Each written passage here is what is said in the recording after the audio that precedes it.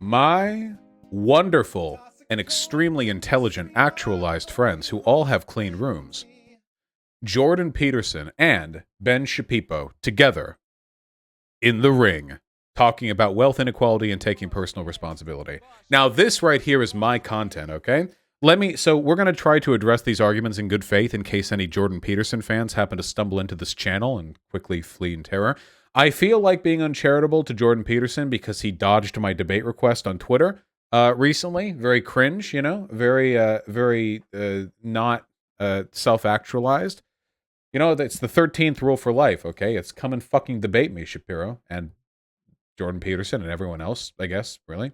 But anyway, one of the big reasons that I really, really dislike Jordan Peterson is because he pushes the traditional conservative framework that you not only do you have to take individual responsibility, which you do. It's good. I agree with that. That's fine.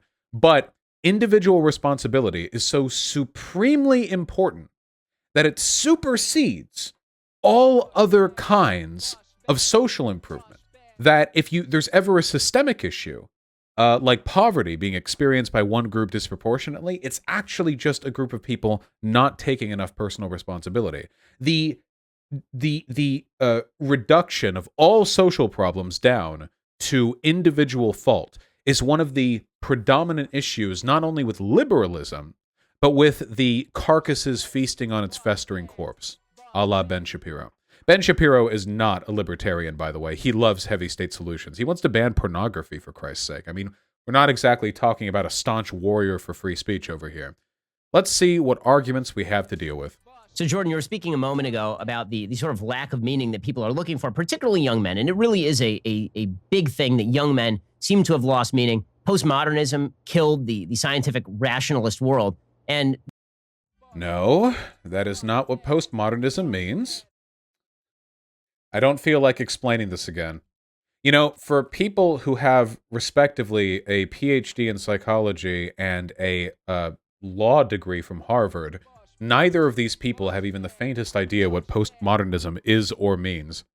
The postmodernists have decided to substitute for that a certain utopian vision of the remolding of American society in terms of what they call equity, but really amounts to tribal dynamics.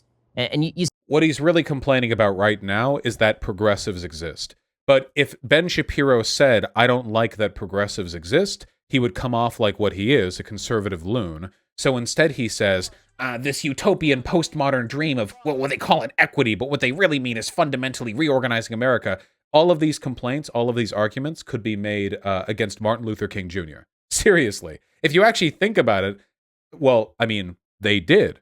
Back when Dr. Martin Luther King Jr. was, out and about, people like Ben Shapiro,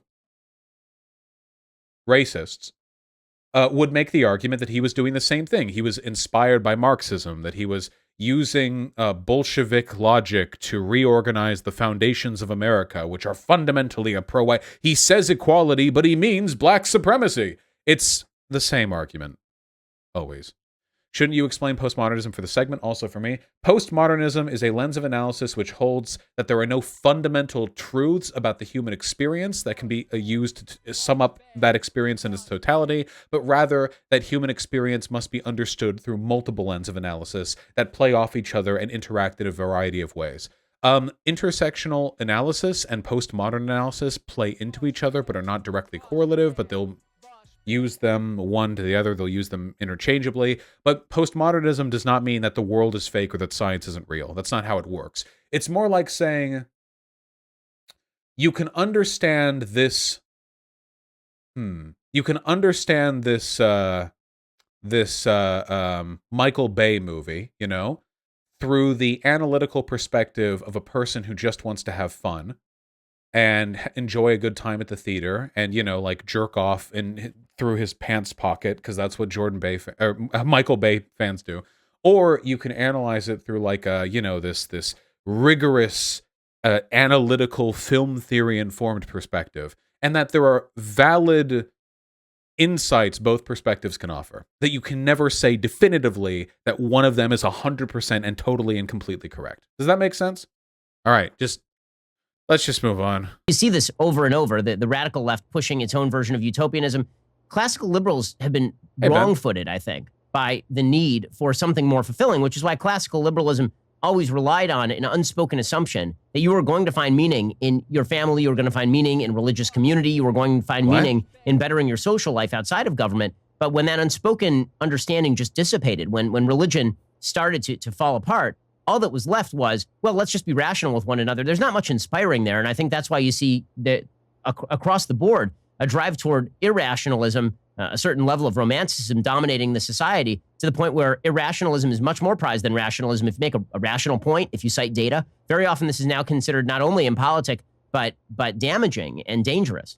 This is very funny from Ben Shapiro, a person who is allergic to using any kind of any kind of statistical backing for his arguments. So what Ben Shapiro just said is essentially illiteracy. I don't know if he was speaking in tongues there. That doesn't mean anything. Religion fell apart, so people turned to logic, but logic didn't give them meaning, so now they like anti-logic. What the fuck are you talking about? It's funny because the organizations that Ben Shapiro spends his life railing against are organizations that are rooted in rationalism. Ben Shapiro is the one who believes fundamentally that his feelings overwrite facts, that in spite of the overwhelming data in favor of, say, the existence of systemic racism, his personal belief that it doesn't is what takes precedence, which is why, of course, when he makes videos on these highly empirical subjects, he doesn't cite statistics, he doesn't cite sources, he doesn't address the sources provided by his opponent. He is a very fast-talking, very irrational person, and it's funny to me that from his own analytical framework, he would turn to anti-rationalism when apparently religion should be all he needs to get meaning. The other thing that Hey, JP. ideology does, and the radical leftists are also very good at this, is that it provides you with a convenient locale for the existence of evil. And so if you reflexively identify the patriarchy with evil, well, first of all, that's a powerful idea. It independent of its broad merit. We're seeing more feelings right now, by the way. Now, it's not the only truth, and it's not the complete truth, but it's true. The reason it's true is because every hierarchical system tends to degenerate in the direction of power. And okay. Jordan Peterson is not a philosopher, and it's incredibly evident when he actually tries to talk about stuff like this. His self-help advice is acceptable, but oh my God, every hierarchy degenerates into power? What do you say? What is a hierarchy if not power? What are you talking about? And what feminist analysis begins with the axiom that patriarchy equals evil? Remember when he was supposed to debate Slavoj Žižek and he read the Communist Manifesto, which isn't even Marxian theory? He just skimmed like the top 10 points and he was like, well, the Marxist believes that all the proletariat are good and all the bourgeoisie are evil, and that if you just switch them, things would be fine. But like, it never is any such thing said. It's like a complete misreading of the text that a child could overlook. I don't think very much of Jordan Peterson. All hierarchical systems are less than they could be. And that's partly because of the possibility that power and deceit will corrupt them, but also partly because we're willfully blind and deceitful in our own personal lives. And so when you tell young people that the cause of the trouble they see around them in the world, and maybe even the disquiet in their own heart, is the malevolent inadequacy of their society, that rings true. And they don't hear the rest of the story, and it's the rest of the story that I've been trying to tell. They don't hear the story that, yeah, don't forget about the evil and corruption that exists in your own heart. So Jordan Peterson is imposing a dichotomy here that doesn't exist. This is an argument that he likes to make. He says, oh, sure, there's evil in society, and you're so quick to point it out, you've forgotten the evil within. That's not the case. Chat, have you ever been told by a proponent of intersectional analysis or a Marxist or a leftist or what have you to never work on self-improvement? Have you ever heard that? in your lives? Because I certainly haven't. In fact, if you go into leftist communities, you'll find that they're obsessed with self-improvement. Maybe by metrics that Jordan Peterson wouldn't necessarily approve of. You know, they're all trying to gape their assholes wider with bad dragon dildos, and I respect their journey. But I have never in my life heard like the mantra that like you shouldn't engage in self-improvement. The only thing I can think of that comes even close to that is when like girl bosses are telling other girl bosses that they're perfect the way they are. But that's been happening for like a billion years, okay? That's been happening for a long, long time, okay? Maybe it's true that there are a lot of like 12-year-old leftists online who just want to like lay in bed all day or whatever, and you can kick them in the ass, sure. But the idea that the problem with society, he's Martin Baileying a little bit too.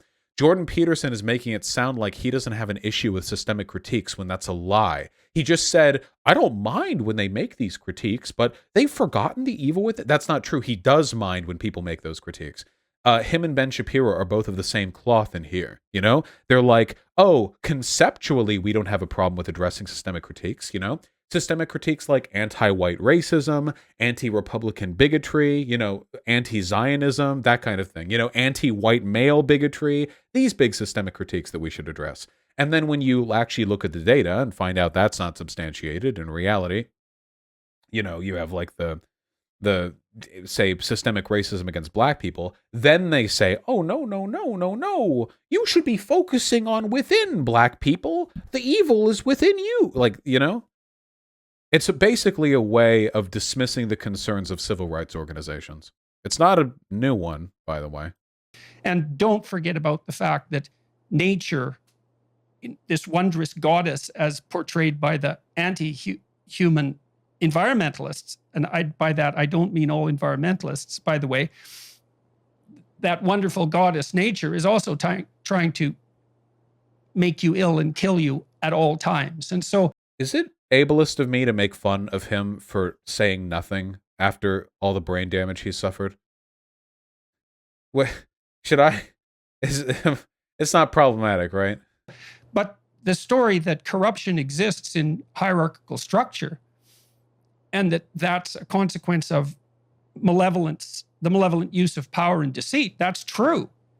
So it's very motivating, especially if you're young and you're looking for an adventure. Now, it's also too convenient, which is one of its tremendous dangers, because unless you're taught to look within and identify the malevolence there as the primary moral obligation, then you now have an excuse and a moral justification to take out all of your negative emotion, your hostility, your resentment, everything about you that's... He takes forever to say the most obvious shit. Yes, okay, he's saying that just because you can levy systemic critiques, it doesn't mean that you shouldn't also try to engage in self-improvement. He's been saying this for like 5 years now. Are people not tired of hearing it? Nobody disagrees. It's also very patronizing, the idea that like everybody with a systemic critique of society must actually have some deep-seated personal problem.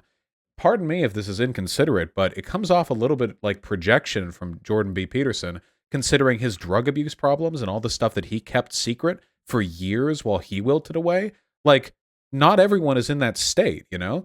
The implication being levied by Peterson here is that like all your Black Lives Matter activists or whatever secretly have personal problems they need to levy. Now, there are some people watching who are going to say, that's not what he's saying. He hasn't specifically said that at all. To which my response is, Jordan Peterson never specifically says anything. Ever. Jordan Peterson never says anything except by implication. He never actually comes out and directly makes a political point. All he does is just ask questions in a very obvious direction where there's only one possible conclusion that you can arrive at. You know?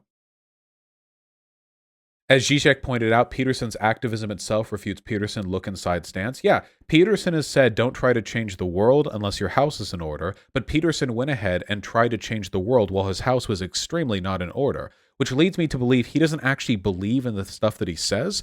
It's not a good look when self-help gurus violate their own ethical code to an extreme extent like that. And it makes me wonder, like, does he actually believe that all these civil rights activists, progressives, and postmodernists really need to work on stuff within, or does he just want them to shut up?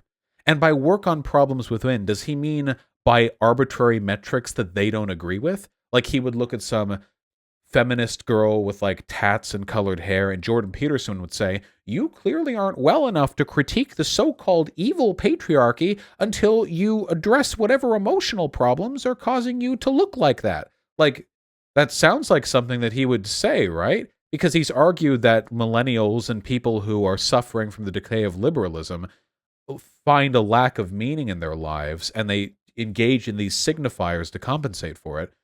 I mean, people have been doing crazy fashion stuff for hundreds of years, thousands of years, so I don't know. I don't think that's a very good argument, personally, but it seems like it's just a way to make people shut up, frankly. Unexamined on the demonic enemy. And of course, that degenerates with extraordinary rapidity, as we've seen over and over and over. So it's up to the centrists on both sides to deal with this. I've been talking to the centrists on both sides, from Ben Shapiro and Jordan B. Peterson. You know, just it's up to us centrists. But that's what they want to do. That's the lie they want to sell you. They're not making any strong political prescriptions. They're decrying this extremism, this lack of meaning, this unwillingness to adopt nuance in their critiques of the world on both sides, except they'll only ever talk about it from the left, you know? Or actually, I wonder, sometimes they will signal at poor behavior from the right, but it'll be the most extreme example of that behavior. So like Ben Shapiro might mention Charlottesville, and that'll be contrasted against the entirety of Black Lives Matter, the largest civil rights protest that has ever taken place in American history, you know, with tens of millions of participants. And it'd be like, yeah, these two things where people were being equally unreasonable. To a lot of the optimist rationalist types on my podcast, Matt Ridley and Bjorn Lomborg and Haidt and Pinker, more distantly, but more recently, Lomborg and Ridley and Marian Tupy, who does written sound a like lovely he's not book all there. on human progress, 10 things everyone needs to know about human progress. It's something like that, huh? Anyways, one of the things we discussed consistently was the difficulty in promoting the message that all three of these men are very aware of, which is that from a material perspective, in terms of absolute privation, worldwide, humanity is way better off on virtually every dimension you could possibly measure than ever. And most of that improvement has occurred in the last 40 years. And This is another Mott and Bailey, by the way, that they like to throw out there really, really, really, really often.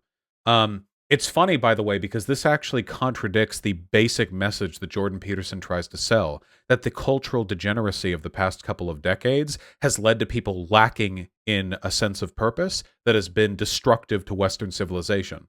See, they simultaneously say the West is crumbling due to postmodernism, but then they say, hey, communists, socialists, racist people, things are anti-racist people, things are better than ever. Why would you complain about racism? Things are better than they ever have been, you stupid idiot. They have to adopt both of these positions simultaneously because it's a tenet of fascism. The belief that your society is the greatest one to have ever existed and that anybody who would decry it is delusional, and that your society is crumbling due to the influence of degenerates and foreign interlocutors, is a fundamental component, you saw it in Trump's rhetoric too, a fundamental component of fascist organization.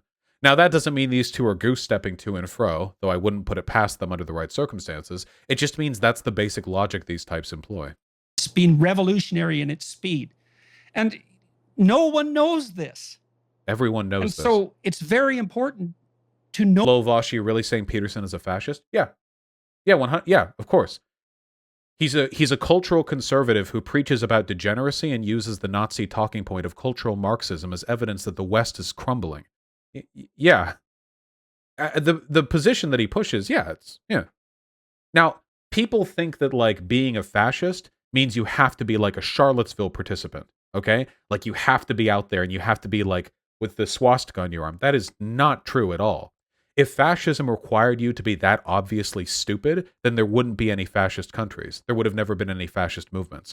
In reality, the greatest perpetuators of fascism are not the lunatic Gestapo swastika on forehead types. They're the people like Jordan Peterson, the phony intellectuals who sit at home and they convince millions of young men that they're the ones who are going to be needed to prevent the cultural death of the West. That's kind of how it works, you know?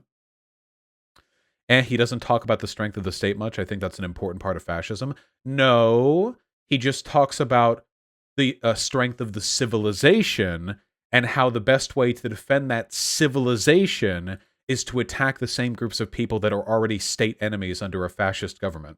So, I mean, he's a step removed.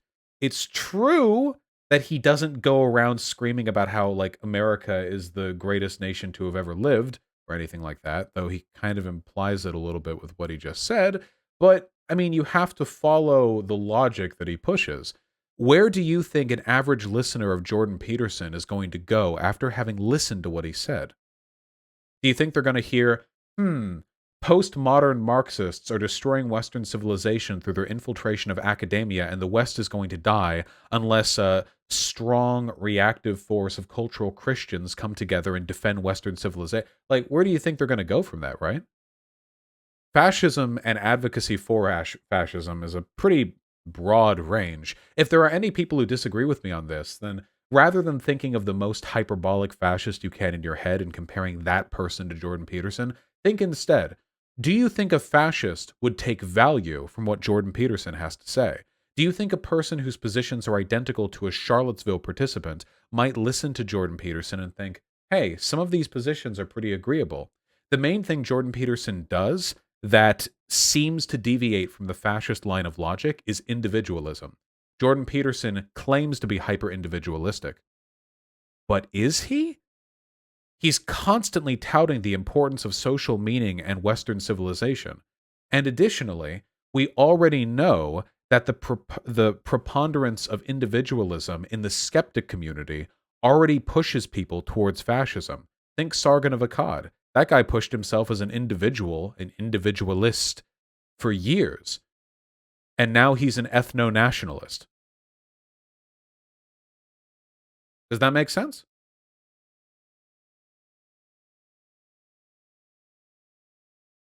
Hopefully it makes a little bit of sense. Just my belief. No, to try to think through why that is. Like, that's such a positive message. Now, I talked to Russell Brand about this, and I'm bringing him up for a reason. He's a lefty by temperament and by heart. And nice. His first objection, but he's very thoughtful and quick.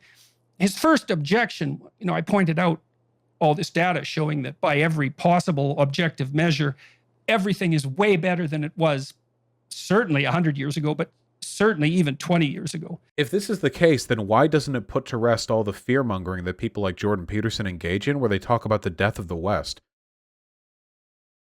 What about, like, Bill C-16? Didn't Jordan Peterson spend his entire career talking about how if we didn't pay attention, the anti-free speech woke postmodernist mobs were taking everything away from us, that they were already doing it? Does this not completely undo all of that? Or is it perfect right now? It's best that it's ever been right now, but in like 2 days, it's going to be the woke PC mob controls everything. Where's the line exactly, you know? And also, how is this a counter-argument to the position of a lefty? Couldn't you say, yeah, things are better than ever before, but we can make it better? Like, how are those contradictory positions? I think they mean by living standards. Jordan Peterson said by every standard. I'm going to take him at his word here. He has a PhD, and he should be more careful with his language if that's not what he means. Even on the environmental front, in the main.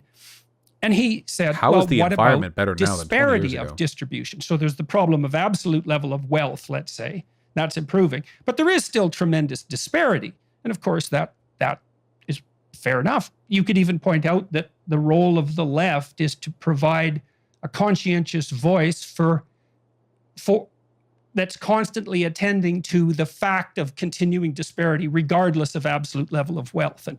And fair enough, but what was the Russell Brand argument? Having said all that, it's a great mystery that incremental optimism is not sufficiently motivating. And wait, what was the point of the Russell Brand segue? Did I miss a conclusion to the end of that? Yeah, was he just name dropping? One day, Jordan Peterson will name drop me for clout sharking. He'll be on Joe Rogan, and he'll be like, yeah, I talked to Vosh that one time. And Joe Rogan will be like, dude, really? We can't even get that guy on. And Jordan Peterson will be like, yeah, he had 5 minutes to fit in between his lunch break and playing Bloodborne Chalice Dungeons for 17 hours. It was a really enlightening conversation. I'm an anarcho-syndicalist now, right? Look at the future. Yeah. You can't just wish human nature is going to change. It's not going to change. We got to tell a better story. What are we And talking I also about? think Human that's nature? why. Wait. Who was talking about human nature? Wait, at what point, in what context was human nature being discussed? What do we mean here? The last thing that he mentioned was wealth disparity. Is there a human nature towards wealth disparity? What? Target, I think, is because I am actually trying to tell a better story and I'm actually having some success with it. No, you're not. So I I don't totally understand. agree with that. And that Do you? really does bring us to the book, because one of the things that folks should know about all of your books is that they are very intimate, very personal. You talk about yourself, but you also speak That's gay. in a way that most writers do not. You use second person pronouns. I mean, you speak directly to the reader. You say, you feel this way. You think. This is cult shit, by the way. I'm sorry, okay? I don't have much respect for the self-help profession in general, but when you're yeah, there are a lot of Jordan Peterson and Elon Musk are similar in the sense that they're the surrogate daddies of a bunch of wayward loser guys who feel like an empty hole in their chest. But I cannot express to you enough how little a reverence of these men will do for you. Okay? Like, absolutely none. Okay? First of all, Elon Musk is a complete poser and does nothing for anyone. And at least Elon Musk actually makes shit. No, he doesn't. He buys companies that make shit. He hires engineers that make shit. And a lot of the shit that he hires engineers to make ends up being pretty stupid and ineffective anyway. The Tesla is an overpriced and under... Did anyone else see that Cody Johnson video? I mean, I'm just going to repeat points from there, but Elon Musk sucks on, like, every level. Anyway, with regards to Jordan Peterson, like, Jordan Peterson's role here, his road, is completely vacuous, okay? Jordan Peterson will teach you to engage in self-improvement, and that's good. Everyone should do that. Everyone should engage in self-improvement as much as you can. It's good to be self-improved. That's good. And I have read the first 12 Rules for Life. I haven't read the second 12 Rules for Life, and the first one was honestly pretty okay. But Jordan Peterson is not just the books he writes. The books are relatively agreeable. The lectures that he delivers, the political prescriptions he makes, are batshit. And what they do is they reveal his actual goal. He wants you to be another Christian conservative. It's not just about individualism. It's not about self-actualization. It's about listening to him and getting from him a set of political prescriptions that fall you in line with broader culturally conservative movements. That's it. And that is not a road that goes... That is not a road that will help you with regards to self-improvement. Because whether you like it or not, you live in a society. And as long as you live in that society, many of the problems in your life are just going to be tiny, tiny facets of larger problems that can only be solved systemically. I mean, God, don't the incels know this? Hey, guys, isn't dating culture kind of bad right now? Isn't it wild how, like, it's hard to date and, like, interactions between men and women are so difficult? Jordan Peterson talks about this. That's a systemic issue. That's not an individual issue. It's like, oh, if only 8 billion human beings chose to individually change their behavior, then we could fix this. No, that's not how it works. It's a systemic issue that can be addressed through cultural changes. The cultural changes Jordan Peterson will hint at, not suggest directly, but hint at, is women shouldn't be in the workplace, women should be barefoot and pregnant at home, men should be like the caregiver, or not the caregivers, the breadwinners, etc., etc. But, man, you ever read Death of a Salesman? Traditional gender roles did not make people happy, like, at all, okay? Like, not even slightly. If you want really good ways to, like, up your degree of social integration, here's what you should actually do, okay? Stop obsessing over internet gurus. Go outside. Participate in social events. Talk to people without expectation. If you make friends, you can make friends. Some of those friends will end up being partners or lovers. That's awesome. Spend more time with your family. Go outside. Touch grass, you know? And if you want to build a society that makes it easier to do those things, you know what does it even better than churches in an era of increasing secularization? Urban development. You should want cities to be integrated with mixed zoning so that you can go outside and go to a local cafe, not these alienating suburbs that stretch out for hundreds of square miles surrounding cities, not these massive highways that cut through any city areas, polluting the environment, leaving everyone to spend 40 minutes a day in their car for a commute. No, no. There are ways to fix these problems. There are solutions to these problems, but you won't get them from Jordan Peterson. Jordan Peterson can help you with some baseline self-improvement nonsense. Great. There are better places you can get that from, but he will move you away from some of the broader solutions to the alienation meaninglessness that a lot of people feel. You'll notice that suicide rates correlate heavily to suburbia. Why do you think that is? Think this way. And a lot of people read that and say, I do think that way. This is a person who's speaking directly to me in a way that mainstream political books very often do not. They consider me sort of a widget in whatever ideology they're pushing, or they're considering the value of systems or not systems. But you sort of end around that. And I think that in many ways, that's what members of the left find so threatening, is because if you're a member of the left and you believe that all individuals are essentially just the outgrowths of institutions. If Ben Shapiro was smart, you'd think he would be able to accurately represent the positions of his opponents, right? This is ridiculous. He and JP are like, well, the left say that individuals don't even exist, and actually we're all just components of a larger system with no individual agency or free will. That's why the left is actually the real racists, because they take a look at black people, and rather than seeing a bunch of individuals who just happen to be individually failing in very, very, very coincidentally similar ways all across the country, they actually see a broader institutional problem. They don't even see individuals, okay? They're just racist. Yeah, no. The idea that we are beholden to systemic problems and solutions, and that we are individuals with a responsibility for our own behavior, these are not incompatible. Chat, is that incompatible? There is nothing even remotely incompatible there.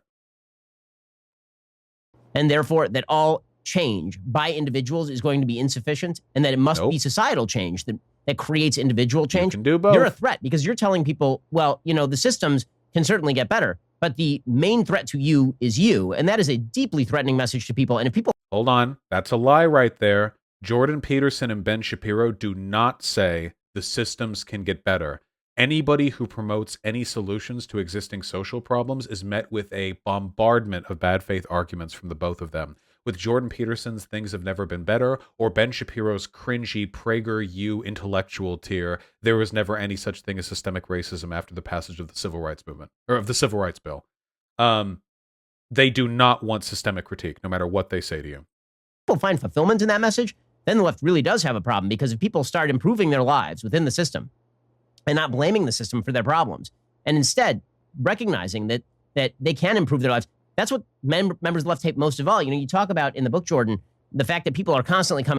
Isn't it interesting that Ben Shapiro right now is saying that antipathy towards society is what moves people to the left, but the entire Republican Party right now is organized around the idea that Trump was denied victory in the 2020 election, a myth that Ben Shapiro has pushed into in his own ways?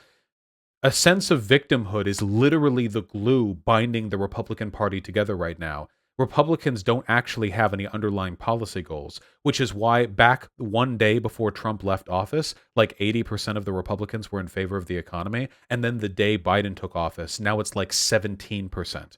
Republicans don't actually, their positions and opinions on the political state of the world have nothing to do with reality and are based entirely around a constant sense of persecution. What about the January 6th attack on the Capitol? What about everything you do on your show, Ben Shapiro, where you complain about being under attack and you complain about what you would call a systemic issue? Those postmodernist, Marxist, progressive, BLM, whatevers, you're complaining about a systemic issue, and you bring people over to the right by fear-mongering about those people.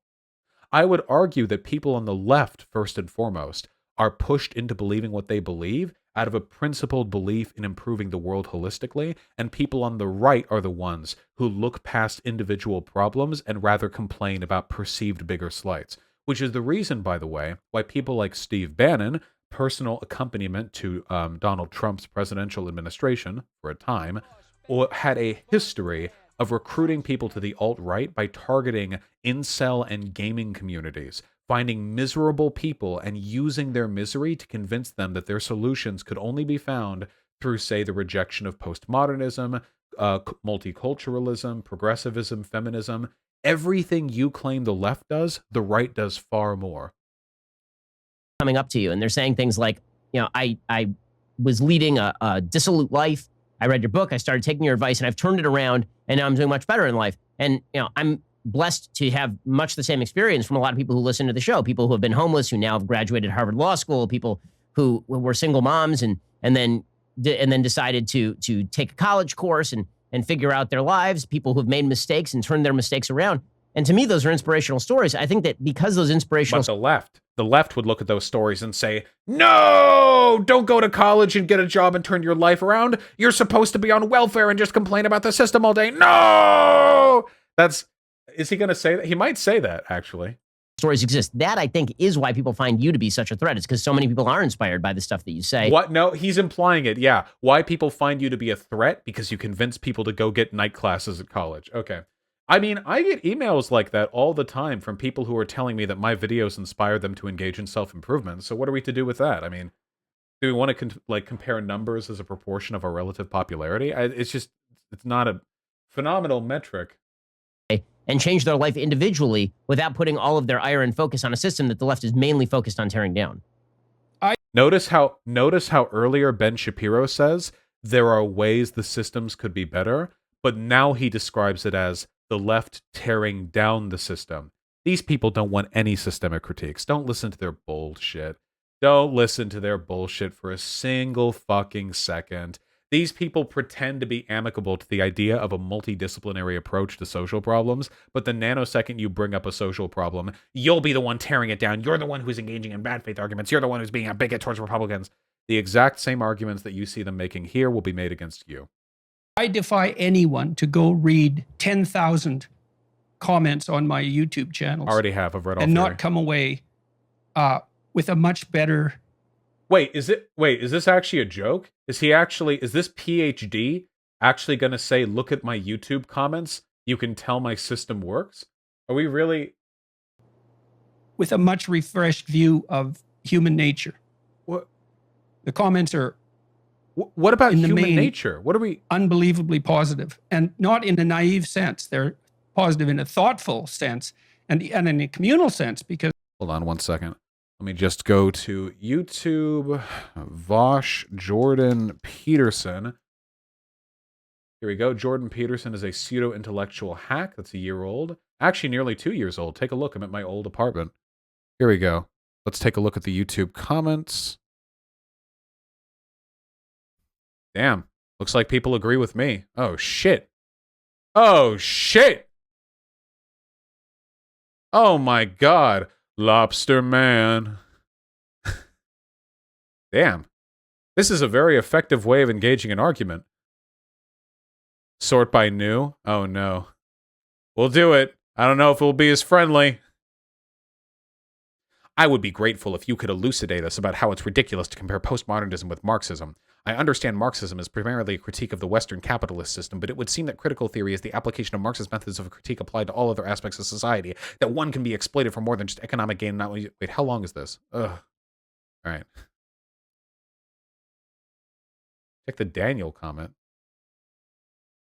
I can't believe you said that. Now I can't take you seriously. Take a fucking flight. Shit, ask a Venezuelan about that. Uh-oh! 9:35. This is going to be the end of my career. This is getting included in the new video. What did I say?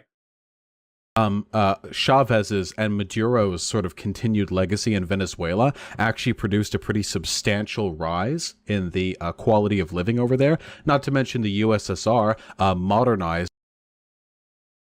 That was true before everything went to shit, wasn't it? It's been a while since I've talked positively about Venezuela, but as I understood it, before the big economic fucking brouhaha, there actually was a pretty substantial... Shit was going down like 2014. Yeah, I was referring historically, yeah. I think so? Yeah. I don't know. Yeah, but it went to shit. Yeah, but I don't think it went to shit because of fucking Hugo Chavez. The people who are making comments on the lectures are also commenting on each other, and there's ideological babble on both sides. I would say that's probably 5% of the comments. And generally, I believe they're written by people who didn't actually watch the lecture, because Are we wait. I'm sorry. I'm engaging in some pretty petty shit right now, but are we seriously saying, like, if you look at the YouTube comments, you'll find that people actually support what I say. Now, there are going to be negative comments, but those people never actually watch the video. Damn, and that's a really, is this this is how you should, this is the future of defending your PhD, your doctoral thesis, you know, throwing that out there. I released a live reading of my research onto YouTube, and as you can see, I have 7 comments. Now, 5 of those comments are positive, 1 of them is neutral, and 1 is negative. However, I have reason to believe the negative comment did not actually come from a person who fully watched my video. If you take a look at this line right here, where he talks about having sex with my mother, you'll notice this doesn't actually substantively critique anything contained within my work. I don't know if this person may have not even watched the first half, possibly. I don't mention sex with my mother until at least 3/4 in, and at that point, you'd think he would have given note to any of the many, conditions by which I explained the situation beforehand. Often out of context, but in any case, 95% of the comments are thoughtful, but also extremely positive, which is very rare in a social media comment landscape, which tends to be very, very toxic. What? And so I think that's absolutely great. And it certainly has that impact on me when I read it. But the comments are going to be mostly positive for any political figure. You can see that from a Nazi channel. I mean, unless you get brigaded from another channel, as long as you're making content that your audience expects, your comments are always going to be positive. But then, except for Abigail Shapiro. Here's something else that I've observed in the media attacks that have been directed towards me. They're not just directed towards me. First they're directed to who they think I am. So that's kind of interesting to begin with. But more than directed to me, and more perniciously, is that they're directed to those who are hypothetically following. Sorry, your Peterson impression is not as good as Hassan's. Yeah, you know why? Because Hassan's voice is higher and whinier than Maya's. No shit he can do a better JP impression. Have you heard him talk? Yeah, of course, obviously, okay? Me. Now, I don't regard myself as someone with followers. I regard myself as someone with viewers, listeners, and readers. And that's different. But in any case, Jesus Christ. My typical follower, so goes the story, is a disaffected. This is really bad to watch, man. This guy is one of the most well-known conservative demagogues, and my last video had at least a 96% like to dislike ratio. I don't like to call them viewers, more Socratic observers. Come on, man. JP, are you okay? Affected, angry, young, white male. Oh. And for a while, I, in some sense, pushed back against that and said, well, my audience is about 70% male, but YouTube's... Wait, bullshit, your audience is 70% male. You yourself have tweeted out that it's like 95% male. Does anyone have that tweet? Jordan Peterson tweet male audience. Where is that? Oh, 91%. JP? I know this is from 2017, but I imagine that his demographic base is pretty much the same. I doubt he's tripled the female viewership since then. Why? Why so few women? I wonder why. Yeah. Maybe by women he includes beta males. I have a 70% alpha male ratio and 30% beta male ratio viewing my videos. Skews male, so that's perhaps part of the reason. And I see no evidence that it's particularly limited racially or ethnically, especially when I see my lecture crowds and when I meet people on the street. But so apart from the fact that this is a really pathetic attempt at using idpull to deflect from criticism, I do think that it's not just white guys for Jordan Peterson. Excuse me. The reason Jordan Peterson is very, very, very, very, very, very heavily slanted towards a male audience is because all the shit he says is like from a male perspective for men. Like, his comments about women in the workplace and like men and meaning and how women are the chaotic dragon and women are darkness and men are the light and men, it's like, yeah, okay, wow. Women also try to find order in their lives, but from his philosophical perspective, women are like the beacons of darkness that you have to conquer in order to bring meaning to your life. It's really fucking weird.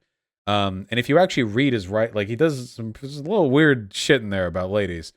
Yeah, plus like you only wear lipstick to imitate the arousal of like nobody actually thinks that way, okay? Like even slightly, all right? Would Jordan Peterson like say that men shouldn't wear suits with padded shoulders in the workplace because they simulate a stronger V taper, thus implying a greater degree of physical fitness and thus they're sexually enticing the people around them? No, Jordan Peterson would never make that argument about men wearing padded shoulder places in the workplace because no, he wouldn't do that. Also, is it women's fault that they're literally expected to wear makeup in many workplaces? Like a lot of workplaces expect women to wear makeup. It's not, they're not doing it to like fuck all the people there. They're doing it because it's a social expectation, you know? JP fans would disagree that he said women shouldn't wear makeup. That is because Jordan Peterson is a coward and and it's infectious and his audience has gotten to too. Again, if you watch all of his segments, lectures, interviews, discourse, debates, whatever, Jordan Peterson is allergic to making a direct prescriptive statement.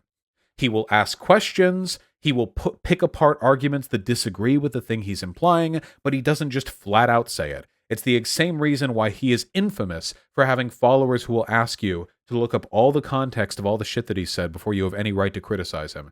It's because he's annulled and saturated every real point that he could possibly make with 80,000 pages of meaningless drivel designed to prevent people from holding him accountable for what he says. That's why he is the way he is. Your fans do that too. In fairness, the reason why that happens in my community is because people will very deliberately clip out of context shit that I say, designed to clip it out of context. And usually you guys saying, look at the context, is showing like the preceding and following 10 seconds of whatever it is I said.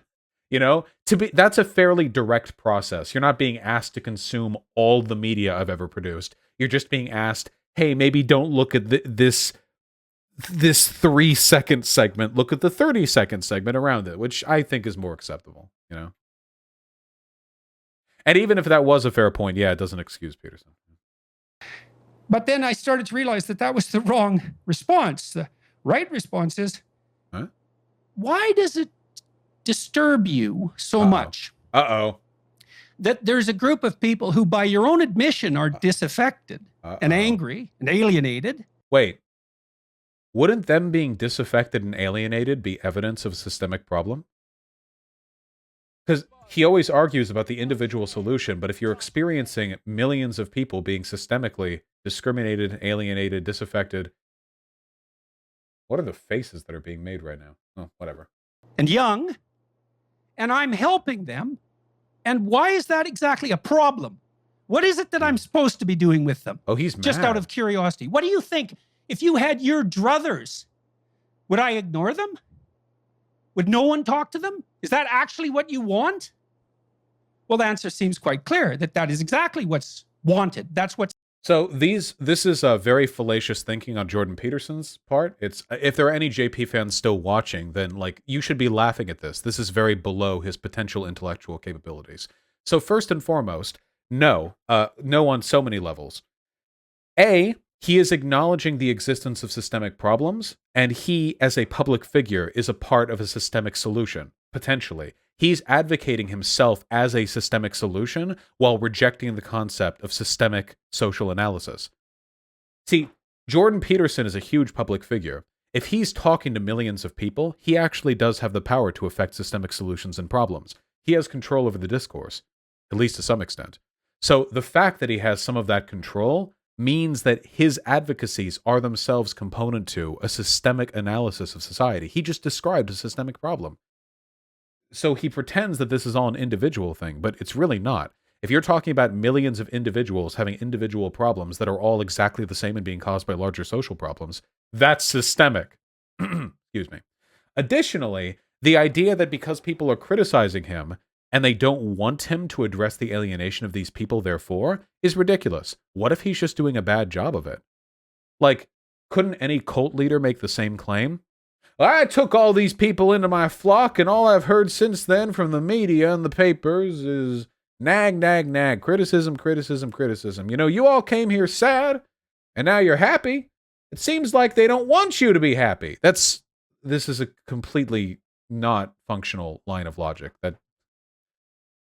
That's not how that works. Anyway, those are just some very basic criticisms. I feel like most freshmen in college should understand why what Jordan Peterson just said is stupid. It's held forth because there's this implicit assumption in all of this critique that in my very active aid, I'm doing something immoral. Immoral enough to be parodied, let's say, as Red Skull. So just what the hell's going on here? It's like, why is that now fodder for parody or slander? Precisely. I mean, remember that this guy, so if this guy worries about being taken out of context, keep in mind this guy just front-facedly lies all the time. The C-16 shit was really clear. Do you guys remember that back in 2017? He was like, the government is going to come, they're going to arrest you. They'll kill your children in the streets if you don't pronoun correctly. I would rather die. I'll live on my feet. I'll die on my feet rather than live on my knees. The postmodern neo, and nothing happened. Nothing happened. To this day, still, right now, the 11th of May, 2021, nobody has been arrested for misgendering anyone in Canada. Nothing has happened, but he gained millions of followers fear-mongering over it. It passed, nothing happened. Why aren't JBP fans pointing out this obvious lie?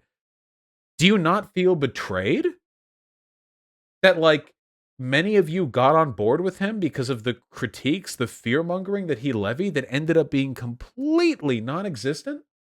Like, if I was in with somebody, like if there was a public figure I respected, and they made a career out of fear-mongering over something that didn't happen, I would really question my beliefs. I mean, like, it would be like getting in on board with, like, Alex Jones or something. Like, you know, and all the crazy shit he predicts that doesn't happen. Do you ever, like, think about it? You know? I believed him and I almost went down the alt-right pipeline because of it. Yeah, because he made it sound really scary, but he completely fucking lied. And he's never acknowledged it, by the way. Now, I'm pretty sure since then he said when questioned on it, well, it's only a matter of time or something like that. Yeah. That's not entirely true. That guy got arrested for misgendering his daughter, but that had literally to do with C-16. Wasn't that in America? And also, wasn't that because he violated a court order? That had nothing to do with C-16. Yeah, we're several degrees removed from C-16 doing anything. Do you debate the fact that was in Canada? Sometimes, yeah. But it was not because of C-16. That I'm helping? Well, you go read the comments yourself and see what you think. And so then... You think I'm doing harm? Look at my YouTube comments. Couldn't a neo-Nazi make that argument? Anyone could make that. Socialists could make that argument. What are we talking about? I thought about that a bunch too. I thought, well, what is it with men, the men that I'm seriously speaking to, let's say? God. Why are they responding positively? Why do they come to my lectures, the biblical lectures even, which is very surprising, right? Because what the hell are men doing at a biblical lecture, especially young men, especially when they could go do anything else and they have to pay for it? It's like, what are they doing coming to this lecture? Well, if the patriarchy is an evil tyranny, then the appropriate attitude towards any male ambition... Whoa, hold on. Again, this is really low IQ shit. Ya boy, is this your philosopher right here? He's about to say something unfathomably dumb. I'm pausing the video in the hopes that I can, like, psychically alter the contents of this recording and make it less stupid, but it's not going to happen, is it? Is to not treat it as ambition, but to treat it as nascent drive to tyrannical power. No, nobody, no public figure, feminine, whatever, are saying that men being ambitious is men being driven to tyrannical power. But guys, hey guys, do you know why I call Jordan Peterson a fascist? Because he just made an argument you've all heard before. Anti-sexism is a code word for anti-male. Oh, if you reject the patriarchy and think it's evil, then you must think that all men's ambitions are actually a sign of tyrannical, or, if phrased by another group of people, well, if you believe white supremacy is real, then you must believe all white men trying to live good lives is actually some kind of crazy anti-black. Where have we heard this logic before, people? From fascists. We've heard it before from fascists. It is the same logic. Oh, I'm not opposed to systemic critique, but when you do levy a systemic critique, such as the existence of male supremacy, the patriarchy, I will misrepresent it so severely that I will claim that you believe that any man succeeding or being ambitious on any labor is something that you believe is equivalent to tyranny. Thereby, your anti-hate movement is actually the real hate movement. But I'm totally fine with systemic critique, by the way. I'm not a fucking crackpot, by the way. I'm reasonable. You can tell I'm reasonable because I wear a suit and I look like an affable, wealthy older man, and because I speak in philosophical gibberish that upon further examination means little because my degree is in psychology and not philosophy. You can tell I'm reasonable. I'm not really far right. I don't know why people have issue with me decrying civil rights movements, saying the West is dying due to postmodern neo-Marxism, and that men need to reject feminism because it's a repudiation of human nature, and, you know, it's pushing them towards anti-male thought. And hey, you know, if you take that logic, it seems like BLM's doing kind of the same thing. And hey, maybe if you think about it a little longer, maybe, yeah, you know, this is a white man's country and this is a Christian country if you really think about it. And I don't see any reason why things ye back in the day had to change as much as they ended up doing. The 1965 Immigration Act, the Hart-Celler Act, did end up having a pretty significant effect on America's demographics that did coincide with the induction of postmodern neocolonial Marxism into America as a product of the Frankfurt School. And yeah, now that you mention it, there is a pretty strange ethnic and religious bias in the academics that keep pushing those ideas, and I think you get the point. There's a good reason why people accuse Jordan Peterson of being a fascist. Nothing that I just said, by the way, is really that much of a logical extension of the arguments that he's already made. It's just a matter of what he's already willing to say. I have a feeling that in a more radically right society, he would probably move quite a bit further to the right in what he advocates for. Does anyone disagree with that? You understand the logic I'm putting forward here, right? All of the justifying frameworks that he's built here work to push for a fascist agenda. Even if he personally doesn't believe all the things that I just said, the logic, the underlying mechanisms, the rejection of progressivism, the attribution of conspiracy and bigotry to civil rights movements, it's indicative. Hasn't Jordan Peterson vehemently criticized the Nazis? Haven't most American Nazis? Have not all fascists? What do you mean by that? Is that the metric we're going to use now?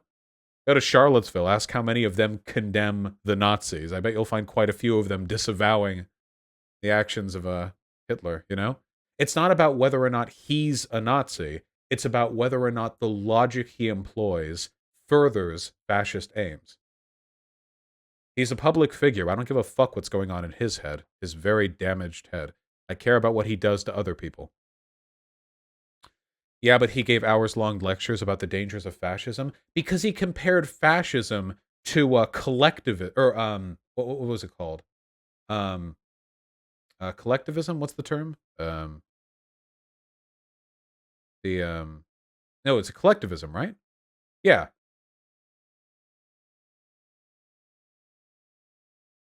Also, plenty of people who push for fascist ideas have condemned fascism. Sargon of Akkad being an example. Are we really doing this again? How long do I have to have this YouTube channel before we have to stop having this discussion? You know, Jesus. Yeah, I'm totally not on board with Jordan as a fascist take. He's been outspoken many times against it. Then it's a good thing that I didn't say Jordan Peterson is a fascist. I said that, well, sorry, wait, hold on. Then it's a good thing, sorry, I thought you said Nazi there. I do think Jordan Peterson is a fascist because I believe a fascist is a person who pushes for politically fascist ideals, which he does. But you don't have to be on board with every element of the end goal of every fascist government in order to push for fascist ideals. There are plenty of people who call themselves like radical centrists who push for fascist ideals. Is this like a spectacularly difficult thing to understand?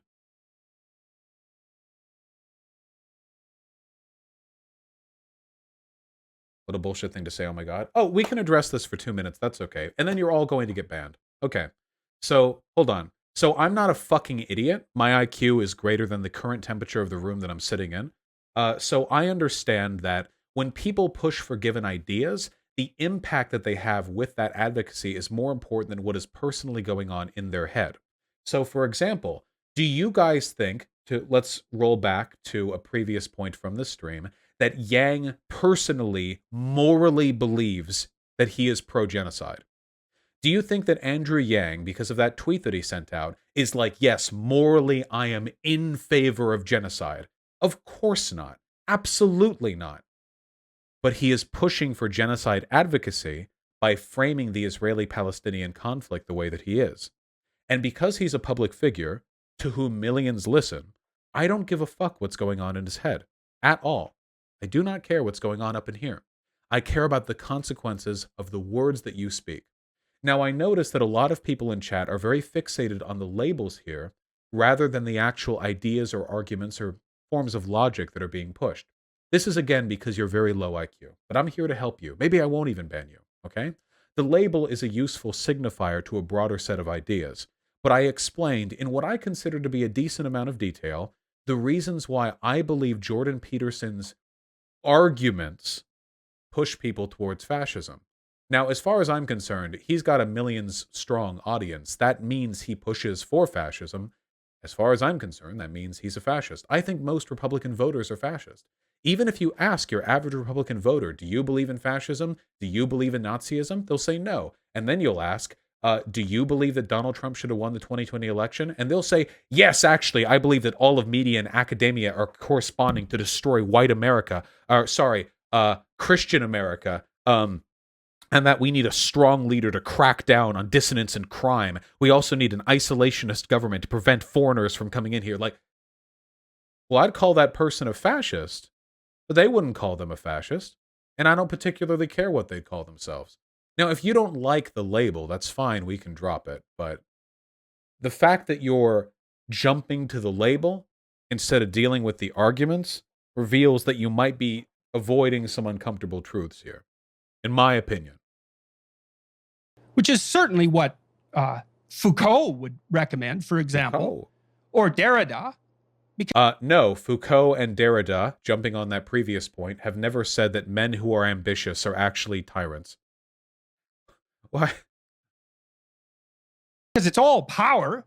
And so if you see some young man... Wait, it's all power doesn't mean being an ambitious person means you're a tyrant. What? Why doesn't he understand any of the philosophers he cites? He doesn't know. Jordan Peterson fans, can you justify this? He doesn't know.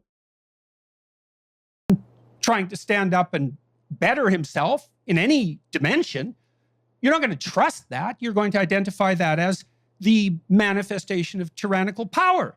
And again, he legitimately seems to believe that Foucault argues that any person being ambitious means they're a tyrannical manifestation of power. This isn't just a misreading of Foucault. He's never read Foucault.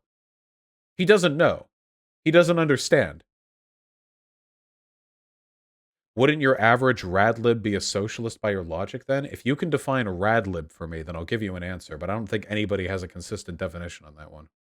And clearly, if the patriarchy is a malevolent tyrant, then any sign of the desire to contribute to it should be at minimum. How is a man being ambitious a contribution to the patriarchy? What? What is the logical extension there? I'll tell you what the logical extension is. It's another element of anti-sexism is a code word for anti-male.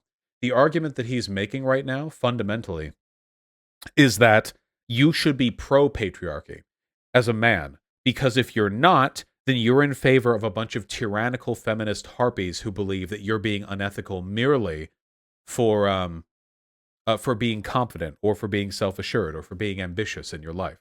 That's the argument being made right now. Not encouraged, but more subtly criticized and discouraged at every possible opportunity.